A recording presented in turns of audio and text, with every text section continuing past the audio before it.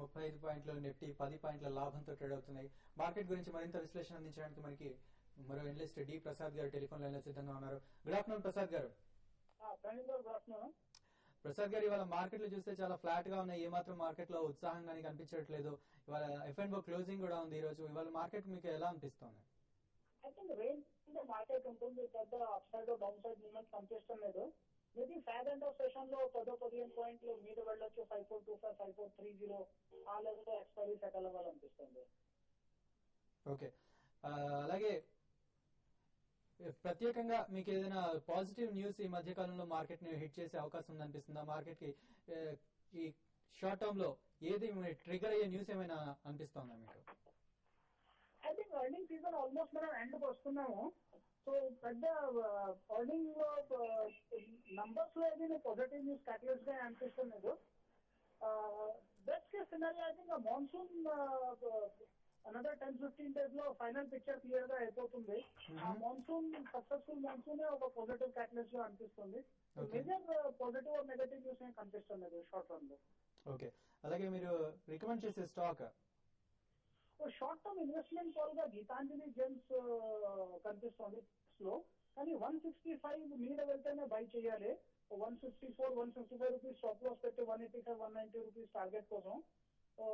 Diamond artificial జూబీలో strong retail chain ఉంది, decent numbers ఉన్నాయి. నెక్స్ట్ 2 years ఫోర్కాస్ట్ కూడా బాగా అనిపిస్తుంది. కానీ చార్ట్ చూస్తే 165 ముందు ఒక బ్రేక్అవుట్ అనిపిస్తుంది. బికాస్ లాస్ట్ ఫ్యూ మంత్స్ నుంచి 150-165 బ్యాండ్ లో ట్రేడ్ అవుతుంది. సో క్లియర్ బయింగ్ కాల్ గా 165 for target of 185 stop loss 154. Okay, thank you very much Prasad garu. ఇప్పుడు మనతో మాట్లాడడానికి మరో కాలర్ శారదా గారు ప్రస్తుతం టెలిఫోన్ లైన్ సిద్ధంగా ఉన్నారు. హలో. హలో, నమస్తే సార్. నమస్తే సార్. నమస్తే అండి. నమస్కారం అండి, చెప్పండి. అది మీరు ఫార్మా స్టాక్స్ లో మీరు రికమెండ్ చేసిన జేబీ కెమికల్స్ క్యారీలా తీసుకున్నానండి. జేబీ కెమికల్స్ లో దగ్గర 50% పైన ప్రాఫిట్ చేసుకున్నాను సార్. థ్యాంక్ యూ అండి. చాలా సంతోషం. ప్రాఫిట్ బుక్ చేయలేదు, ముందు ఆల్రెడీ హోల్డ్ చేశాను. అది ఇంకా 1 lakh వరకు ఫార్మా స్టాక్స్ లో పెడదాం అనుకుంటున్నానండి. ఏదైనా 1-2 స్టాక్స్ రికమెండ్. యా, అంటే మీరు ఆల్రెడీ జేబీ కెమికల్స్ కొన్ని మంచి ప్రాఫిట్ లో ఉన్నాయని చెప్తున్నారు కాబట్టి మీరు కొద్దిగా డైవర్సిఫై చేసుకుంటే రిస్క్ బెటర్ అండి. లేకపోతే ఫార్మా రంగం కూడా డెఫినెట్లీ బాగానే రాణిస్తుంది. సో క్యాడిలా హెల్త్ కేర్ మొన్న రిజల్ట్స్ కూడా చాలా బ్రహ్మాండమైన రిజల్ట్స్ చూపించారు. So next first or second week of August లో కొద్దిగా మార్కెట్ కన్సాలిడేషన్ అయిన తర్వాత మీరు Cadila health care next 3 years వ్యూతో కొనుక్కోండి. మీరు definitely it's going to be a very good performer. ఎందుకంటే కంపెనీ వాళ్ళు గైడెన్స్ ఇవ్వడం జరిగింది. By 2015 we're going to be $3 billion company అని. అండ్ వాళ్ళకి మంచి మాలిక్యూల్స్ కూడా పైప్ లైన్ లో ఉన్నాయండి. Definitely Cadila is a very good value buy. But just wait, ఒక first second week of August లో కొద్దిగా మార్కెట్ సెంటిమెంట్ పరంగా వీక్ అయినా లేకపోతే కన్సాలిడేట్ అయినా కానీ అప్పుడు కొనుక్కోండి. అట్లాగే కొద్దిగా బ్యాంక్ స్టాక్స్ లో కూడా పెట్టండి. మీకు డెఫినెట్లీ నెక్స్ట్ 2-3 years మంచి లాభాలు చేకూరుతాయి. నెక్స్ట్ కాలర్ అనురాధ గారు హైదరాబాద్ నుంచి ఉన్నారు. హలో. గుడ్ ఆఫ్టర్నూన్ అండి సుందరరాజా గారు. గుడ్ ఆఫ్టర్నూన్, చెప్పండి. మేము అపోలో టైర్స్ ప్రెసెంట్ రేట్ లో ఆగస్ట్ ఫీచర్స్ లో తీసుకుందాం అనుకుంటున్నాను. తీసుకోవచ్చా లేదా? ఫీచర్స్ అపోలో టైర్స్ చూస్తే కనుక ఫండమెంటల్ గా స్ట్రాంగ్ కంపెనీ అండి, దాంట్లో డౌట్ లేదు. కాకపోతే టెక్నికల్ గా చూస్తే కనుక లాస్ట్ ఒక 1 month గా 63-64 రూపీస్ దగ్గర కొంచెం కన్సల్టేషన్ డౌన్ సైడ్ బ్రేక్అవుట్ వచ్చింది. నా ఉద్దేశంలో ఈ వీక్నెస్ ఫర్దర్ గా కంటిన్యూ అవుతుంది. 50-51 రూపీస్ వస్తే కనుక మీరు అక్కడ డెఫినెట్ గా స్ట్రాంగ్ గా మీరు బై చేయొచ్చు.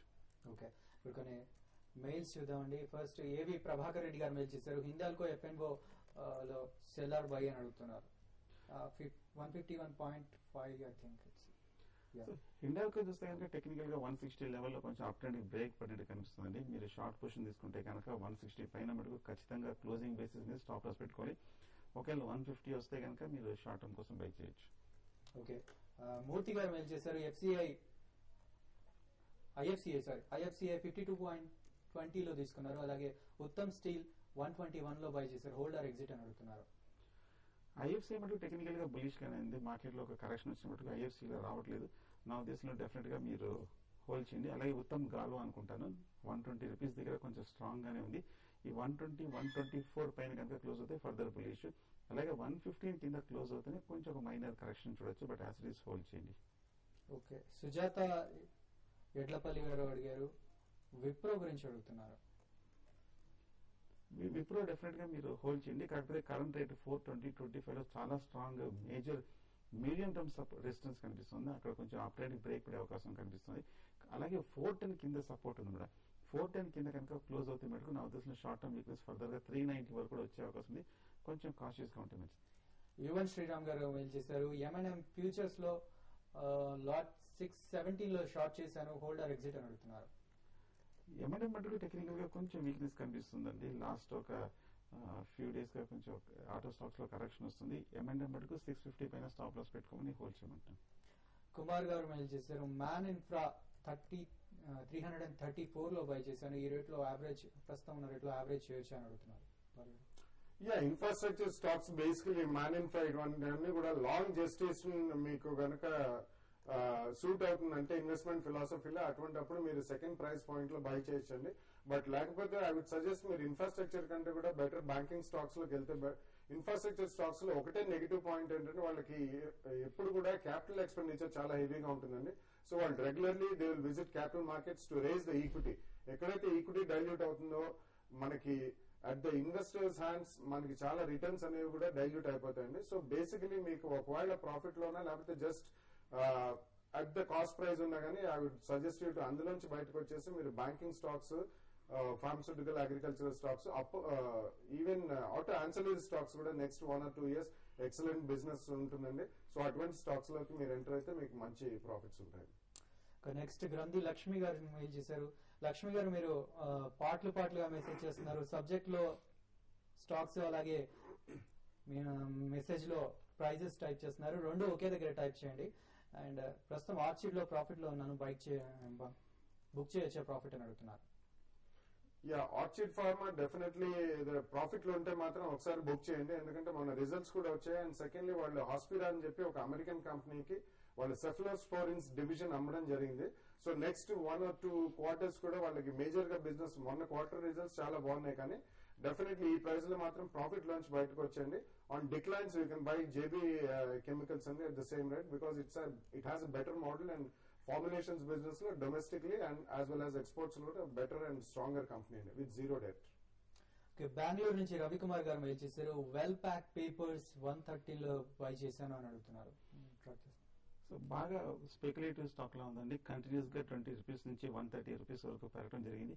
నా ఉద్దేశంలో మీరు ప్రాఫిట్ లో ఉన్నారంటే ఈ లెవెల్ లో ప్రాఫిట్ బుక్ చేసుకోవడం మంచిది. ఓకే, ప్రస్తుతం మీరు ప్రాఫిట్ బుక్ చేసుకుని ఎగ్జిట్ అయిపోవడం బెటర్ అని అడుగుతున్న సలహా ఇస్తున్నారు. నెక్స్ట్ సునీల్ గారు మెయిల్ చేశారు. వైజాగ్ నుంచి గల్ఫ్ ఆయిల్ 115 లో అలాగే ప్రజ్ ఇండస్ట్రీస్ 98 లో ఉన్నాయి, హోల్డర్ ఎగ్జిట్ అని అడుగుతున్నారు.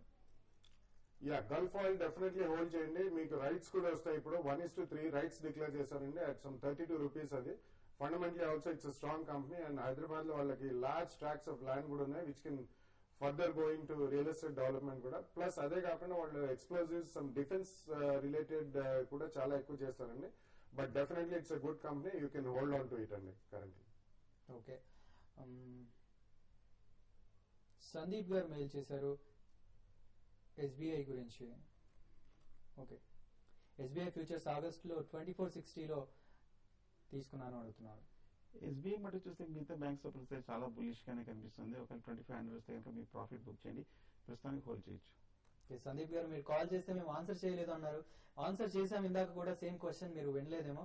ఓకే, సుందర్ గారు ఇవాళ మార్కెట్ క్లోజింగ్ ఎలా ఉండే అవకాశం ఉందంటారు ఎఫ్ఎన్ఓ క్లోజింగ్ ఉన్న నేపథ్యంలో? నా ఉద్దేశం సైడ్ వేస్ ట్రెండ్ ఇలాగే కొనసాగే అవకాశం కనిపిస్తుంది. పొద్దు నుంచి 5410 రెసిస్టెన్స్ దగ్గరే కొంచెం కాషియస్ అనమాట.